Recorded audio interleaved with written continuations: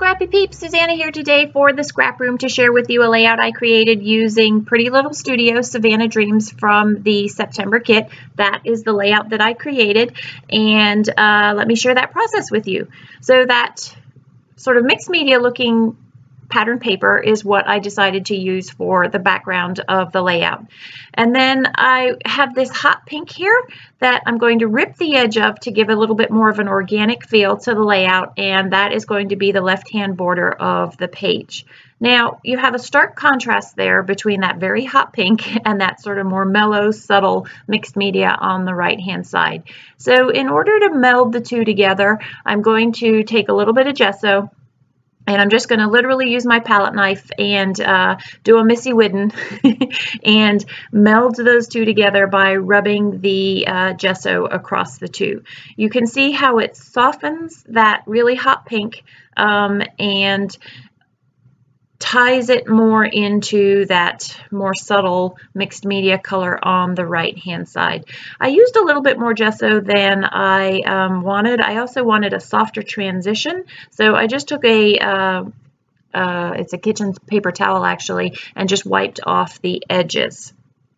I have 4 pictures of my daughter, and I wanted to use all 4 of them and help use them to help with that transition from that pink to the mixed media.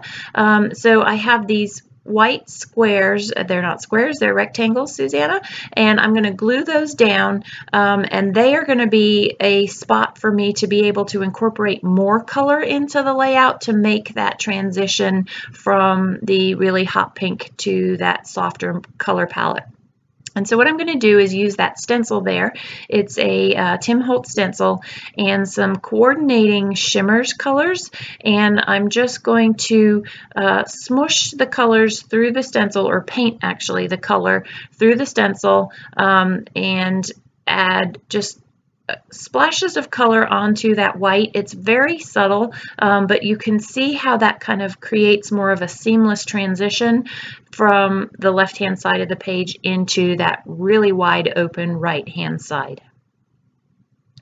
I just had to get out my mixed media water jar there so that I could clean off my brush between colors. So then I'm going to use a blue. And you can see how that blue is really, really subtle down at the bottom of the page. And so by having it just be slightly darker, it kind of pops that blue down the bottom there. And a lot of this is going to be covered by the photos and the embellishments that I use on the page, but that's okay. I wanted it to be a subtle effect, which is what it ends up being. Those of you who have followed me and know my scrapbooking know that I like to use trios of things, and I like to create a visual triangle on my page to draw you through the title, the journaling, i.e. the story, and the photos that the story is telling, that the photos are the story of. You know what I wanted to say. This page is a deviation from that norm in that literally everything is on the left-hand side of the page here, and you've got that wide open space on the right-hand side. So a little bit, like I said, of a deviation from my norm, but sometimes I think it's good to step out of your box and challenge yourself with some things that are a little bit different. So in the, I believe this is from the add-on kit from the Scraproom, are some cut-apart labels from Pretty Little Studio, and again the colors will all coordinate perfectly. So I'm taking a few of those, cutting them apart, and I'm using a hole punch actually to get those corners rounded the way that they appear in the label, and I'm going to use a few of those to punctuate the color from the mixed media,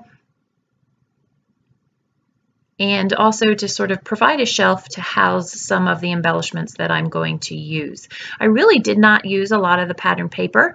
It's just those 2 pieces, the hot pink and then the more mixed media, softer pastel-y colors. But I use a lot of the ephemera die cuts and other bits from the kit in order to provide some, it's almost like a cascade of photos and fun embellishments to look at. I do use a lot of the words as well that come in the embellishment add-on kit. So I'm just going to layer up the labels and the die cuts from the kit and create that cascade there. So you can see there's the hole punch that I'm using, and it takes out the perfect sort of quarter of the circle there to finish off the label, and so I don't have to fussy cut it. The type A highlighted, bolded, underlined in me really likes the perfect circle and not that fussy cut circle. So there's a couple of stickers, word stickers that will come in your kit too, and I will use a few of those. So you can see how the elements that I've got on that left side, hand side, really sort of tie in together, that pink and that more softer side. The bright green behind my daughter in these photos really it pops out as well against the contrast of that hot pink.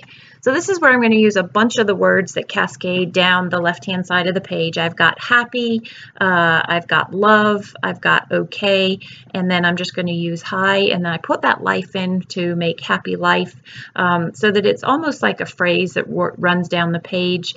And you can't tell that the title I'm going to put in, so where I have love, I'm going to use some alpha stickers and put in this girl, and that becomes the title of the page, and it gets lost in all of those other big words because there's no size difference to discriminate between the title and the others, but that's okay because all of those words are applicable. And I'm okay if you don't know that the title exactly is Love This Girl. I am doing what I normally do, and so I really create the layout and then glue everything down once I've committed to the placement of all of these things. And so I'm just using a Prima glue pen to glue everything down. And the placement of things does shift a little bit as I go through that, but that's okay. I'm not worried about it.